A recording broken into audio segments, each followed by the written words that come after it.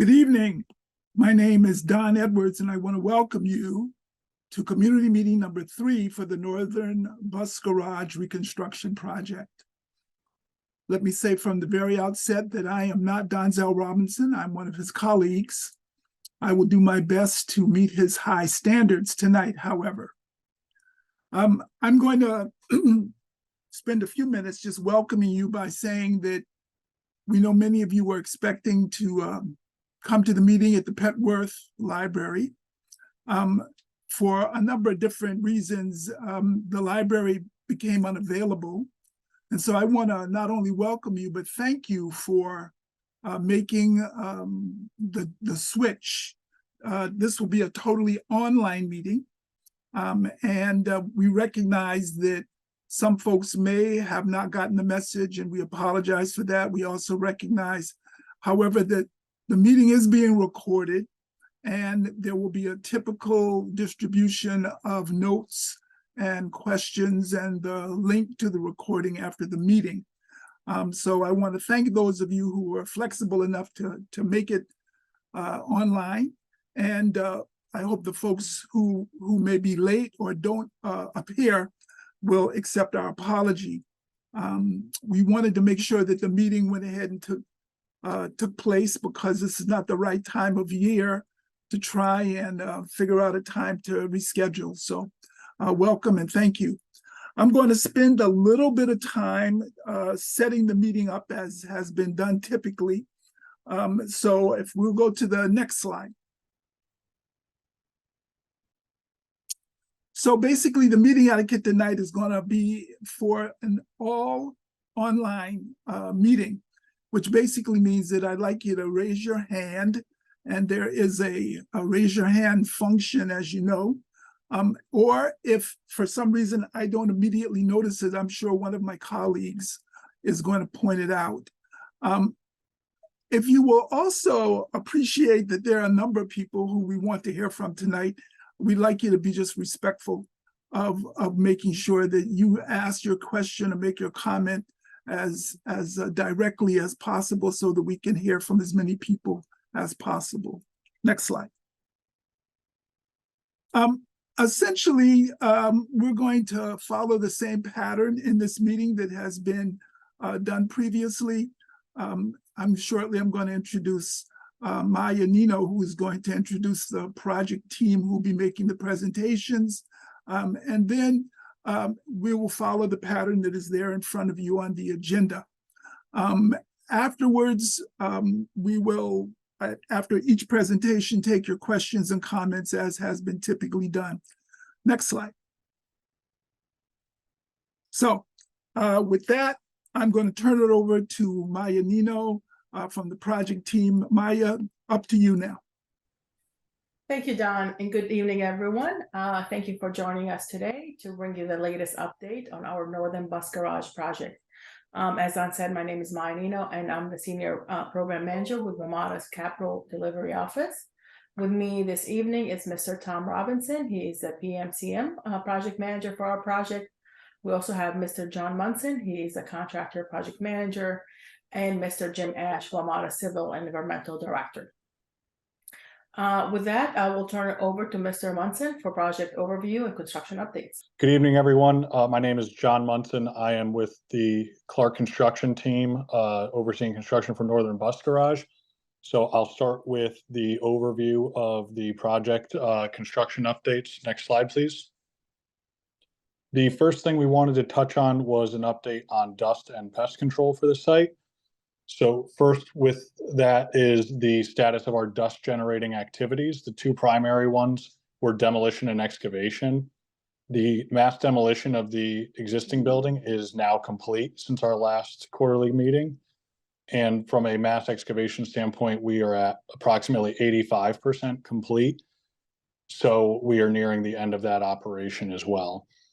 As far as what we're doing and our continued efforts for dust management and mitigation, in addition to what we've talked about in the prior meetings, we have, as part of completing demolition, we removed the last of the existing slab on grade. So what that allowed us to do is install a stabilized construction entrance at the Buchanan Street entrance, which helps again with the tracking from the trucks as they leave the site. We have also removed the ramp at the north end of the site, which was being used for the truck traffic as far as loading of the soil that was leaving the site. So what that means is the dump trucks that had been exiting at the 14th and Decatur exit are no longer doing so. They are now all entering and exiting at the Buchanan Street entrance. So that is again limiting any sort of tracking onto 14th Street. With that in mind, I do want to clarify that does not mean there will be zero truck traffic at the 14th and Decatur entrance, but it will be significantly reduced and far limited from what we had seen in the past. The next thing, again, going back to some of the things we talked about at the last community meeting, we are continuing our street sweeping operations at the project perimeter, and then also continuing to apply water to our hauling roads to limit the dust that is kicking up from the trucks that are on the site. And then lastly, I did want to note that we have maintained the north wall of the existing building at the Decatur side to help with some of the shielding and serve as a barrier to our immediate neighbors there. And our plan is to continue to keep that wall up for as long as practical. At some point, it will have to go to facilitate construction of the new facility, but we will endeavor to keep that up as long as practical just to help with both the dust and the noise. And then lastly, just a quick update on pest control. We talked about last meeting, some of the provisions that we've installed around the perimeter of the site. And we have our pest control subcontractor continuing to perform periodic inspections, as well as maintenance and rebaiting of the stations around the project perimeter. Next slide, please. So next, I am going to talk a little bit about the progress we've seen on site since our last meeting. As I mentioned, mass demolition is now complete. What you see in the upper right-hand corner is some of the last demolition work that happened on the job, which was removing the, separating the existing building from the historic facade, which had to be done in a very careful manner so as not to damage or disrupt that historic facade. So that work is now complete. And then on the supportive excavation and excavation side of things, we have completed the remainder of all the pile installation for the supportive excavation system. And then as mass excavation has continued down to subgrade on site, we have continued lagging and installing tiebacks that also are part of the supportive excavation system. And that work is now substantially complete, as I mentioned, with the mass excavation. So we are now at the proposed new subgrade for the building. So the remainder of the excavation that we have, I talked about being 85%. What is left is completing excavation for some of the building permanent foundations, the footings, and then completing some of the remaining excavation for some of the various tanks throughout the site and pits for various equipment. Next slide, please. We talked about at the last meeting, we had started our deep foundations for the permanent building foundation. So that operation has continued to ramp up and really progress significantly since the last meeting. So as of the beginning of this week, we're at about 75% complete and probably even a little bit higher based on the last day or two of progress. We expect that that operation will wrap up in the first half of December. And we have also completed all of the load testing required on the new shafts installed to ensure that they are adequate for supporting the new building. So you see in the upper right hand a photo of the 2 drill rigs that are on site completing the drilling for those new deep shafts supporting the building. And then in the bottom right is a picture of the stormwater management tank that we've excavated. So that is one of the big tanks that we excavated that will support control of the stormwater collection and how it's discharged ultimately into the DC water sewer system. So we will be mobilizing, now that that is excavation is complete, we will be mobilizing our cast in place concrete subcontractor who will start the cast in place structure not only for the stormwater tank, but then also for some of the permanent foundations for the building. Next slide, please. So as we don't have a specific electric bus update section for this meeting, but I did want to touch on briefly where we are at with the BEB implementation. So we had reported at the last meeting that the design was at a 40% level, and that is still the case. Where we are at right now is WMATA has been working with their various consultants to finalize their design criteria for their BEB facilities at large across their system. So that criteria needs to be finalized in order to implement that design criteria and complete the design for the Northern Bus Garage. So that process is nearing its completion. And as part of that, WMATA is finalizing the scope of work that will facilitate our team ultimately continuing design beyond the 40% level and taking it all the way to 100% completion and ultimately getting that permitted. Next slide, please. So our outlook for the end of the year and early 2024, as I mentioned, we'll complete the drilled shaft operation that's not happening right now. And what that will do is the cast in place concrete operations that I mentioned that are starting up will continue to ramp up as the drilled shaft operation winds down. So we will advance significantly across the site with the installation of the footings and pile caps to support the new building.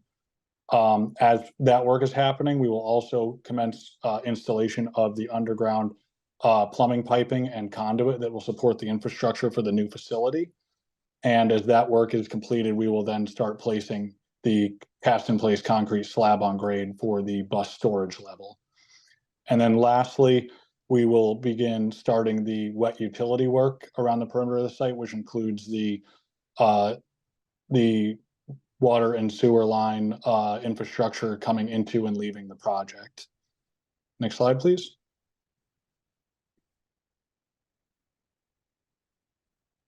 Lastly, I just wanted to provide a quick update on the pre-construction property surveys. We talk about this we've talked about this in many of the prior meetings. And while demolition is now complete, we did just want to highlight that, again, if you are an eligible property owner within the boundary of the site, you are still eligible to sign up if you wish. There's nothing precluding you from doing so, regardless of where the demolition is now. So we've got the contact information listed here.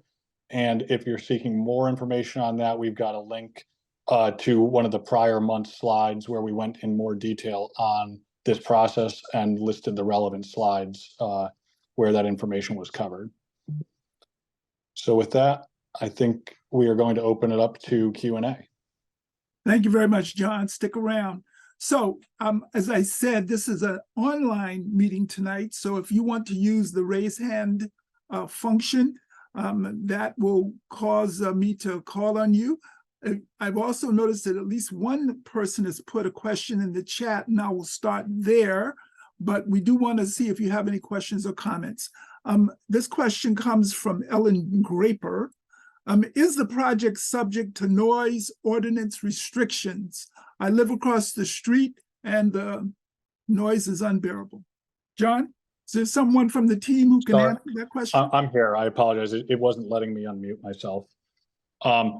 Yeah, so I can speak to that, and Jim Ash may be able to add on, but yes, the construction is subject to noise limitations, and we have installed microphones around the perimeter of the site that allow us to check the noise being generated to make sure that we are in compliance with that. And those reports are also being posted, those monitoring reports are being posted on the community website for the project. Thank you. Another question or comment?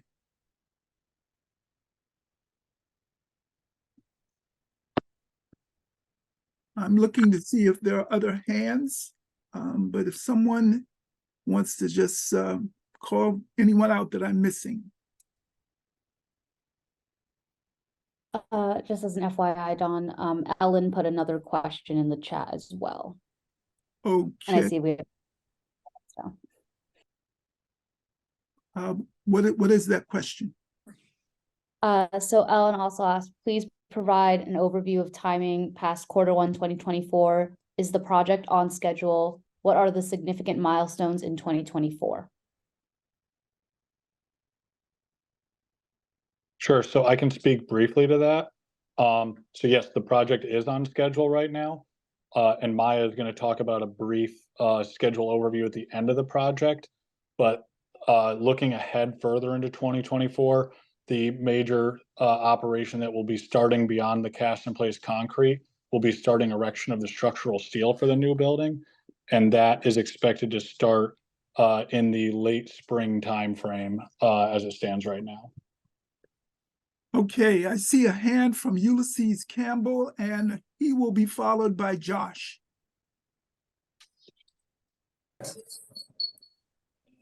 Okay, thank you very much.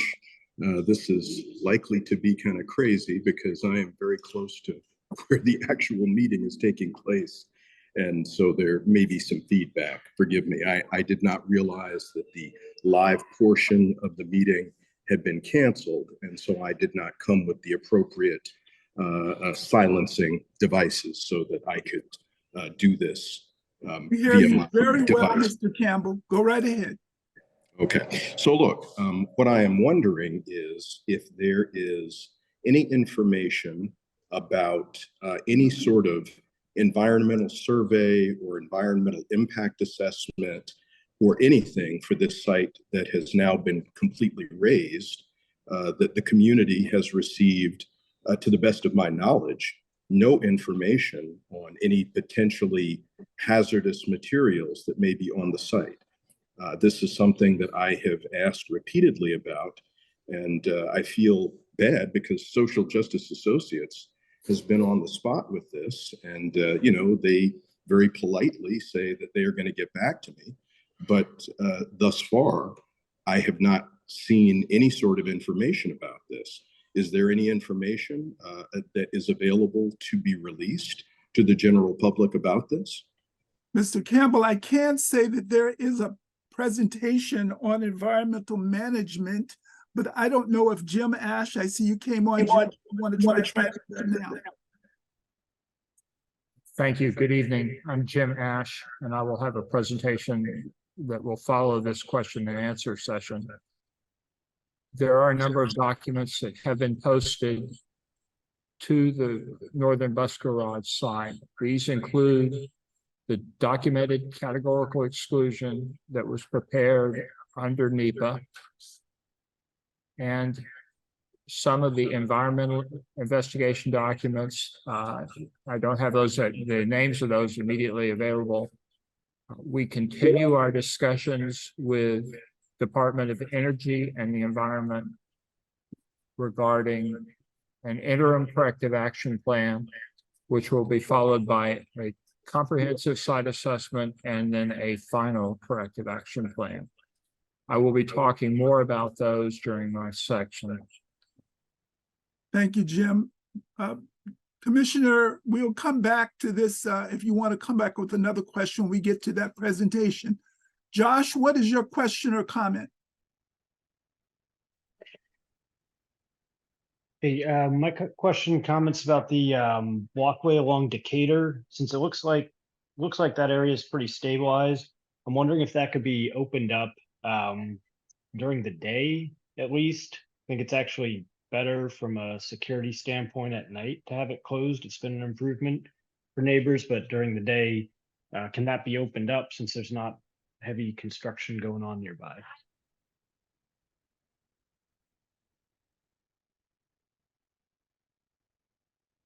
Hi, Josh. This is John Munson again. That's something I would have to look at. As I mentioned, our plan is to keep the wall up as long as practical. But again, as I noted, eventually that wall is going to have to come down, which we would not be able to do safely if that walkway was open.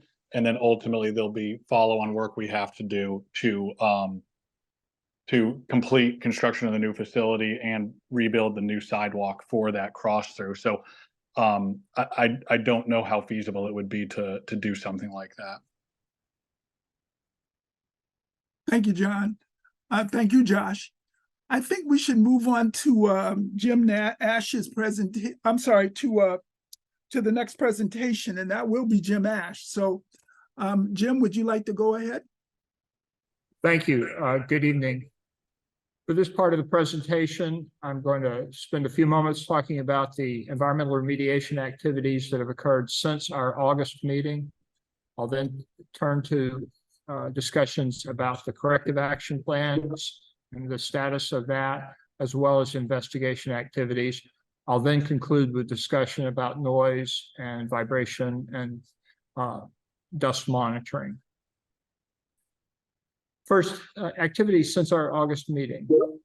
On September 11th, WMATA and the project team submitted a draft interim corrective action plan to DOEE to address on-site contamination. Then on September 29th, we met with representatives of the underground storage tank branch and the land remediation branch to discuss the interim corrective action plan. There are two major sources of environmental contamination that we have identified. The first major source is the underground storage tank area located near the intersection of Arkansas and Iowa. And the second is an area where a chlorinated solvents tank was previously located. That tank had been removed before this project took place, but some residual contamination remains in that area, and that area is located along the southern part of the site along Buchanan Avenue. At the September 29th meeting, we discussed regional background levels for certain analytes. These levels are important to help us establish the residual risks that remains at the site following our excavation and removal. And then finally, we discussed risk assessment strategies to better understand and quantify the risks associated with the site. Based on that meeting, we revised the corrective action plan and submitted a revised draft on October 19th.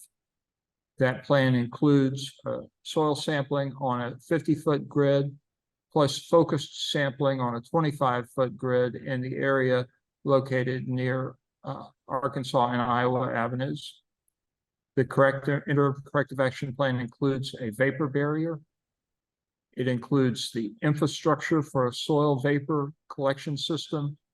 It included the installation of 4 monitoring wells within the footprint of the building, and then some additional guidance on construction materials, what kinds of materials can be used.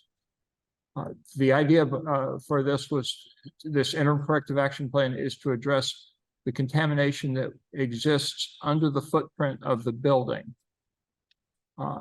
We continued working on resolving those comments, and we received comments and then had another meeting with DOEE on October 26th, where we came to basically some final understandings of it. We are working now on a final corrective action plan that is in development. It will involve the installation of a total of 7 monitoring wells within the footprint of the building to be constructed, and then other sampling and remediation activities as needed. We are working on that. We've been in conversation even as late as today with DOEE. I hope that we will submit the final plan to DOEE by the end of this week or possibly early next week.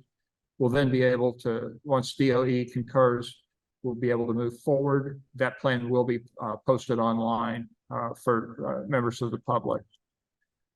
Also, since our last August meeting, the Department of Energy and Environment Stormwater Division came out for an inspection. They identified 2 areas that required attention. Clark has addressed those areas. Slide, please.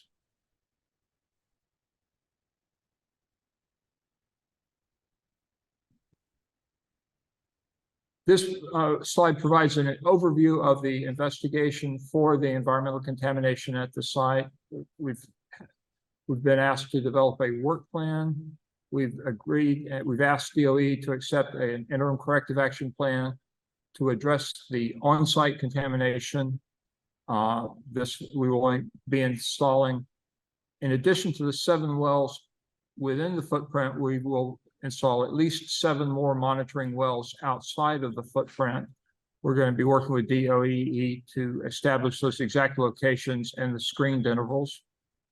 DOE has directed us to sample those wells quarterly. Once we've completed the sampling that's required for the interim cap, and any offsite contamination, as well as a round of sampling wells of all of the monitoring wells that exist. We will prepare a comprehensive site assessment report. This will actually be a supplement to a report that was previously submitted to DOE. We will then submit a final corrective action plan for the site. That's the strategy for approaching environmental remediation at the site. This overview is based, or this strategy is based on directions that we've received from both the underground storage tank branch and the land remediation branch at DOE. Slide, please. One of the elements of the interim corrective action plan will be collecting soil samples from the footprint of the bus garage. These samples will be collected on a 50-foot rectangular grid. We will also have some focused sampling efforts when needed, and these will be in areas where we've identified as potential source areas. Our samples will be analyzed for target compound list, volatile organic compounds, semi-volatile organic compounds, pesticides and PCBs, and target analyte list metals or substances.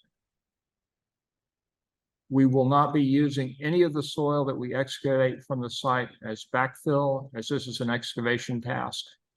Any construction materials that we bring onto the site will be at or below the Tier 1 UST levels and at or below the industrial regional screening levels, or RSLs. We will be submitting documentation to DOE to support these determinations. And our planned subgrade will be below, or excuse me, will be above the groundwater table. That is to say, we're not going into groundwater. Slide, please. Slide, please. Now I'm going to turn from the investigation part of this to the remediation activities. This provides an overview of the remediation that we have planned for the site based on our discussions with DOE. We have already removed all of the underground storage tank structures and the storage vessels. This is the piping as well as the tanks. Those have been removed and disposed off-site.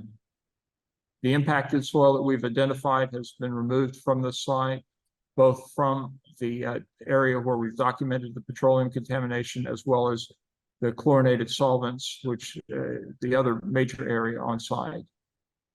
That soil is characterized and then sent off-site to appropriate disposal facilities.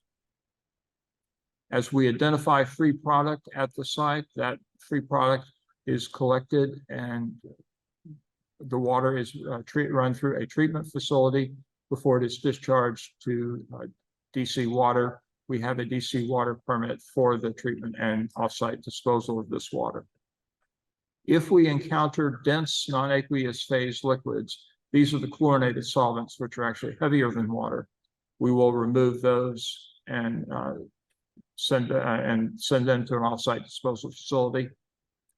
As I mentioned, we will have provisions for a vapor management system on site. First, there will be a vapor barrier that surrounds the concrete. And secondly, we'll have a lattice of PVC pipes that are beneath the foundation so that after the building is built, if we identify soil vapors in the zone between the bottom of the foundation of the building and the top of the groundwater surface, we will be able to remove those vapors, put them through a treatment system, and then discharge or exhaust the air. Finally, we will have sentinel wells installed, and these are part of the 7 wells that I mentioned earlier, and conduct quarterly sampling until we're certain that we do not have contaminants moving off-site. Slide, please. Okay. The last topic I'm going to speak to this evening is dust monitoring and noise monitoring and vibration monitoring. And I've heard some comments about this, so I look forward to the questions. First off, as we've indicated, we are posting the reports. These notes say that the reports are pending. They've actually been posted to the Northern Bus Garage website for August and September. We'll point out that we have posted a revised report for July. After the July report, was posted, we recognized that some of the hours that we had been counting in that report as weekend hours were actually work hours, and some of the numbers needed to be recalculated. The revised report for July has been posted. For our dust monitors, we have 3 monitors set up on site. We've not identified any exceedances. For our noise monitoring, we have 5 microphones set up on site. We have identified a number of exceedances in those those reportings. Our challenges, as we've discussed during previous meetings, and this continues to be true, is that we're unable to distinguish the site-related noise from the ambient noise, which is to say the site is located along 14th Street, and the recordings do not distinguish what's a truck noise versus what's a construction noise. More to this point, many of the exceedances that we are identifying are happening during non-work hours and happening on weekends when we're not working. We are subject to the noise ordinance, as John mentioned earlier. We recognize the challenge here, and we'll continue to work with the community to try and figure out the best way to manage it, given the challenges that we have here. The last category then is the vibration monitoring. John touched on this briefly. We have 5 monitors present on site, and we've not had any exceedances. Don, this concludes my presentation. I'm sure there are questions here, so I'll defer to you for the questioning phase. Sure, thank you. I have a number of questions, and I'm going to call out groups in the order I'd like for them to comment or ask their question based on how I saw them. First is Ms. Price, followed by Mr. Ukda and Ms. Howell. So Ms. Price.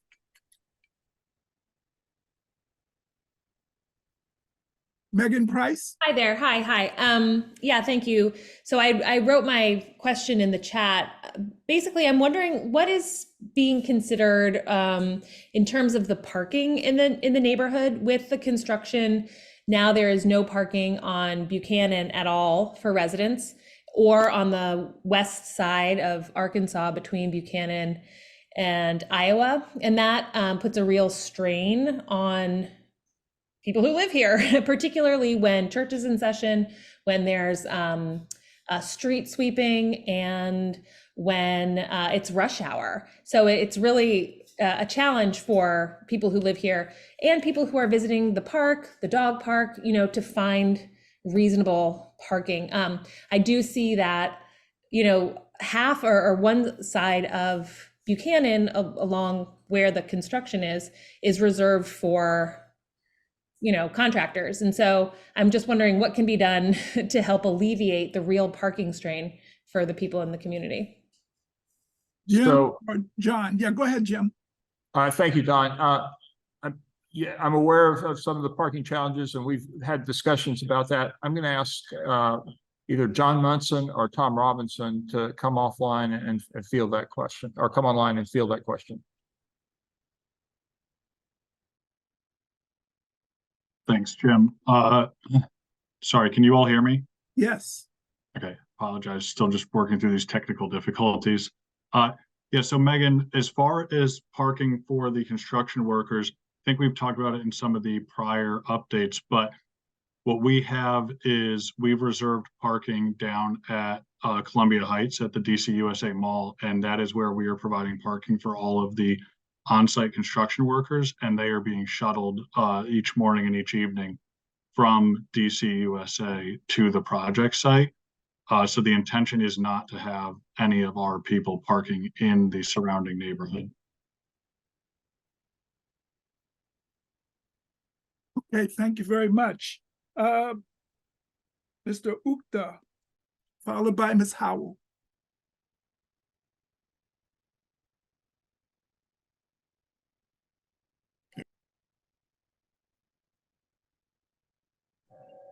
Mr. Ukda? Yes, sir. My apologies. I'm going to speak to you all in low tones so that hopefully we can reduce the feedback. I want to segue into Mr. I think Munson, parking that he just talked about. His predecessor, Phil Sheridan, assured us in no uncertain terms would employees be parking in the neighborhood or along the 14th Street corridor where the commercial spaces are. That is not true.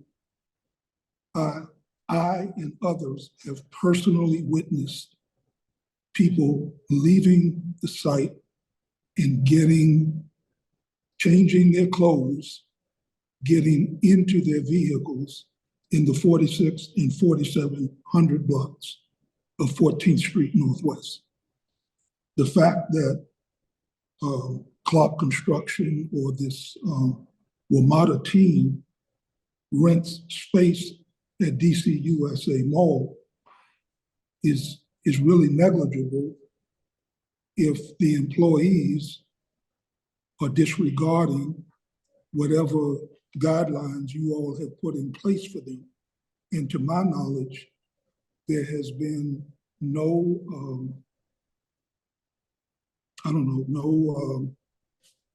what do you call it when an employee breaks the rules?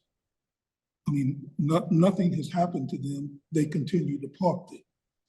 I don't think it's the community's job to act as hall monitors for Clark Construction or WMATA. I have provided pictures in the past, short video clips of people leaving the site and getting back into their cars on 14th Street. So it's a problem that you all need to address. And when you address it, we need to know how that's done. It needs to be a system in place where your employees need to prove that they have used the facility that you have provided for them and not parked in the neighborhood. I'm disappointed to see that there is no presentation this evening on the electric buses, particularly in light of all of us learning that WMATA is suffering a $750 million shortfall. And it has been suggested by the general manager that should they not find the money, the plan is to shift some of the capital budget money, that is the money that's being used to renovate garages and maintenance of other facilities, over to bus operations or subway operations. But there's nobody here to discuss that. And I'm concerned about how this shortfall is going to affect the purchase of 150 buses. Mr. Gupta, let's let someone from the project team respond to your excellent questions. And I have more, but go ahead. Well, we want to hear from as many people tonight as we can. Sir, you all have messed this thing up royally. We should have all the time we need to be able to address these issues. So, does someone from the project team want to respond to Mr. Gupta?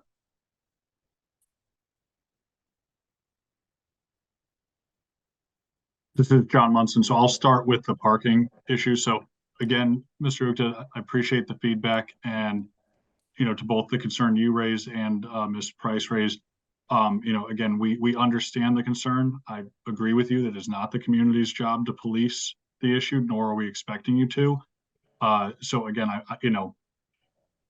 without seeing specific examples, understanding there's a construction happening for other projects that we've seen in the area too. So I don't know if people you saw were absolutely from our project or from other surrounding projects, but nevertheless, it's something that we continue to monitor and make sure that we are reprimanding people, as you noted. And, obviously we have new subcontractors coming on site, so there's always going to be kind of turnover with the people.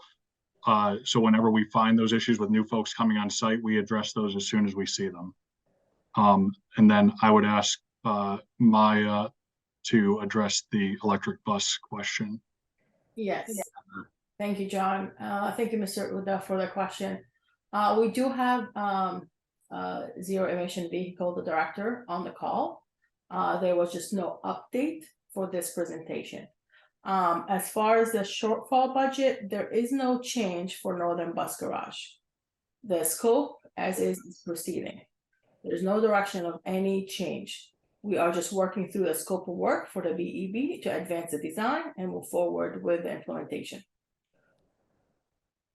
Thank you. Mr. Ukta, we'll come back to you, but I want to recognize other people who've also asked for an opportunity. That's fine, but I want the community to know that neither one of my questions were answered. Okay, Judith Howell, followed by Sarah. And Judith, I think you have two questions.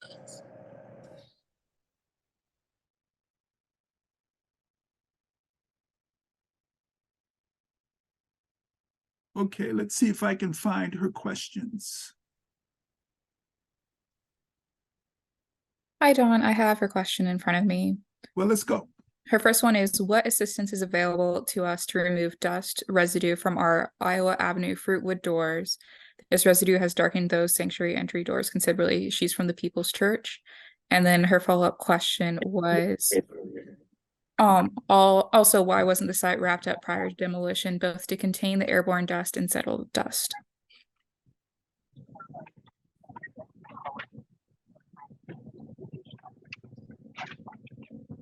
Yeah. Could you state the first question, please? I didn't hear it clearly. I see Judith is back on if you want to ask your questions.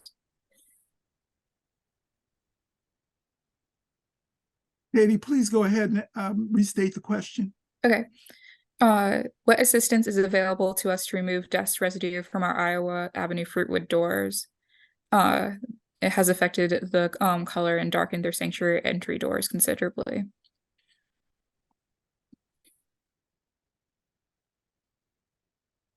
I would ask that you reach out offline to the Tom Robinson, who's our project manager, to discuss that further. That's the best we can offer at this time. I've been able to unmute. This is Judith Howell. Can you hear me? Thank you, Ms. Howell. Go ahead. Yes, I serve on the Facilities Committee at People's Congregational United Church of Christ. And for nearly 30 years, I have done the refinishing and recoating of both the Iowa Avenue and 13th Street doors myself physically. We're making an accommodation on the 13th Street side currently to move the fruitwood doors in. This is a very soft wood and cannot continue to be stripped, sanded, and restained and refinished. On Iowa Avenue, we did not have a problem with the doors. The elevation of the Iowa Avenue doors protected them much better. And we were hoping in the future to put the same long-lasting lacquer on them as we're going to put on the 13th Street doors. Then came the construction. It has darkened the doors considerably. I've attempted to gently remove it, and there's still, I don't think I've gotten a third of the residue off in my attempts with mineral spirits, and the material to remove it is extremely costly to the church. So I think my second question was really my first question. And now my first question is there any remediation assistance available to us to bring those doors back to their pristine and historical color and condition? I'm not aware of any, but if you'll reach out to the project team, I'll ask our folks at Justice and Sustainability to capture your information, and we can set up a conversation outside of this meeting. Ms. Howell, you had a couple of questions. Have all your questions been answered?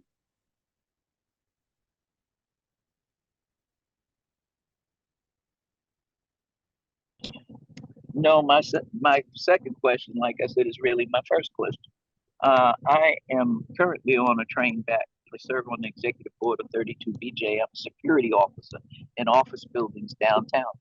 And I find that demolition of buildings is consistently done in the District of Columbia without wrapping them to the level that they are supposed to be wrapped by DC law. And then buildings like the Martin Luther King Library, when it was renovated, was wrapped up like a Christmas present. So the city follows its own laws, but it does not provide any consequences or make sure that private people follow those rules. My concern is metros also doing all this demolition without doing anything to protect the people around, not only the residents that live in the area, but the people who come to worship both at our church and at the Ethiopian church from this airborne residue. And the extent that we imagine alone is quite evident by the resistance it's giving me getting it off the doors. So I'm concerned that rules would not follow that Metro should be well aware of in terms of going forward with the demolition of those buildings. Thank you, Ms. Howell. Next is Sarah, followed by Josh.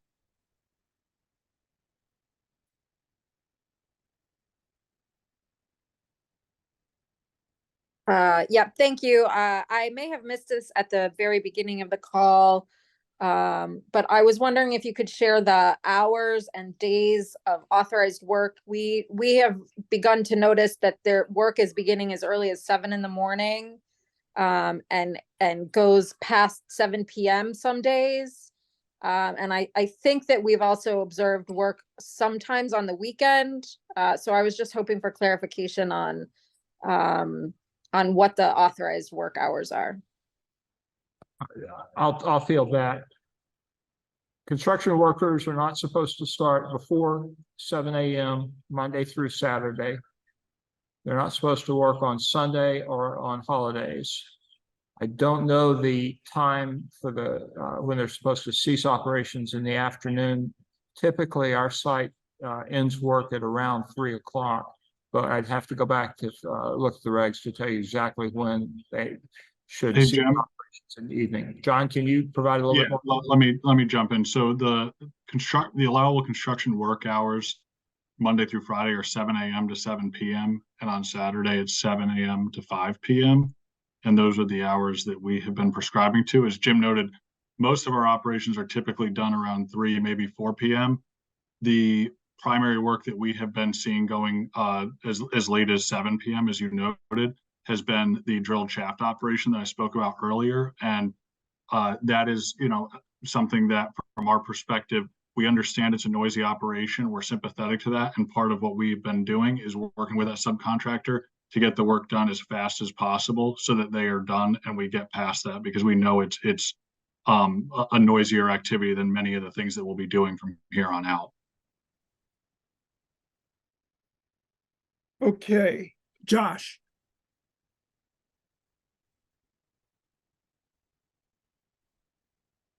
Yeah, hi. I have a comment on the dust. I'd say whatever you've done since the start, it's been a big improvement in terms of the amount of dust you've been putting up, but also the monitors that you have, especially the one up at the northern part of the site. It's down on the ground, kind of shielded by the wall, and the dust you're putting up, I've shown you videos of it.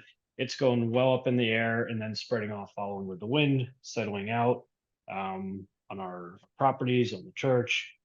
So whatever whatever you've been doing, it's good, but you've already put out a lot of dust around the area, and I think y'all need to take responsibility for that. Thank you for that comment. I will look at the with the team. We'll look at just seeing whether the dust monitor at the north end is set at the proper elevation. I understand what you said, and we'll have to talk to the team about getting at the best location to detect whether there is dust from the site coming off site. But thank you for the feedback. Okay, next is Mr. Bedney.